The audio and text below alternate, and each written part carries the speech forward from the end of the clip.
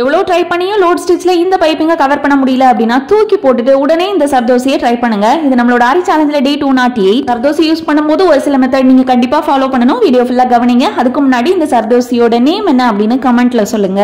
First back stitch கொடுத்துட்டு continuous zardozi stitch மூலமா நான் தொடர்ச்சியா ஸ்டிச் பண்ணிக்கிறேன். ஃபர்ஸ்ட் பேக் ஸ்டிச் கொடுத்துக்கோங்க. ஒரு லாங் ஸ்டிச் கொடுத்து பக்கத்திலே குட்டி லாக் பண்ணுங்க. ஃபர்ஸ்ட் மேல இருக்க சர்தோசியை ஃபுல்லாவே கவர் பண்ணணும். லாங் அண்ட் ஷார்ட் கொடுக்கும் போது ஒரு பாயிண்ட் அளவு மட்டும் தான் த்ரெட்டை கீழே இறக்கிக்கிட்டே வரணும். ரொம்ப ஜாஸ்தியா கேப் விட்டீங்க அப்படின்னா உள்ள இருக்கிற சர்தோசி கண்டிப்பா உங்களுக்கு தெரியும். நான் எவ்வளவு ட்ரை பண்ணி என்னால பைப்பிங் த்ரெட் கவர் பண்ணவே முடியல அப்படின்னா தாராளமா அந்த சர்தோசி யூஸ் பண்ணலாம். முக்கியமா நீங்க என்ன கலர்ல சில்க் த்ரெட் யூஸ் பண்ண போறீங்களோ சேம் கலர்ல உள்ள எம்போஸ்டுக்கு சர்தோசி கொடுத்தீங்க அப்படின்னா ஒருவேளை உங்களுக்கு முன்ன பின்ன கேப் தெரிஞ்சா கூட உங்களுக்கு அந்த கலர் சர்தோசி மேட்ச் பண்ணி கொடுத்துரும். ஆரி எம்ப்ராய்டரி வீட்ல இருந்தே கத்துக்கணுமா? ஜஸ்ட் 999 ரூபாய்க்கு பேசிக்ல இருந்து அட்வான்ஸ் வரைக்கும் சொல்லி கொடுத்துட்டு இருக்கோம். தேவை அப்படின்னா ஸ்கிரீன்ல பாக்குற வாட்ஸ்அப் நம்பருக்கு மெசேஜ் பண்ணுங்க. ஆரி டிப்ஸ்க்கு ஃபாலோ பண்ணுங்க.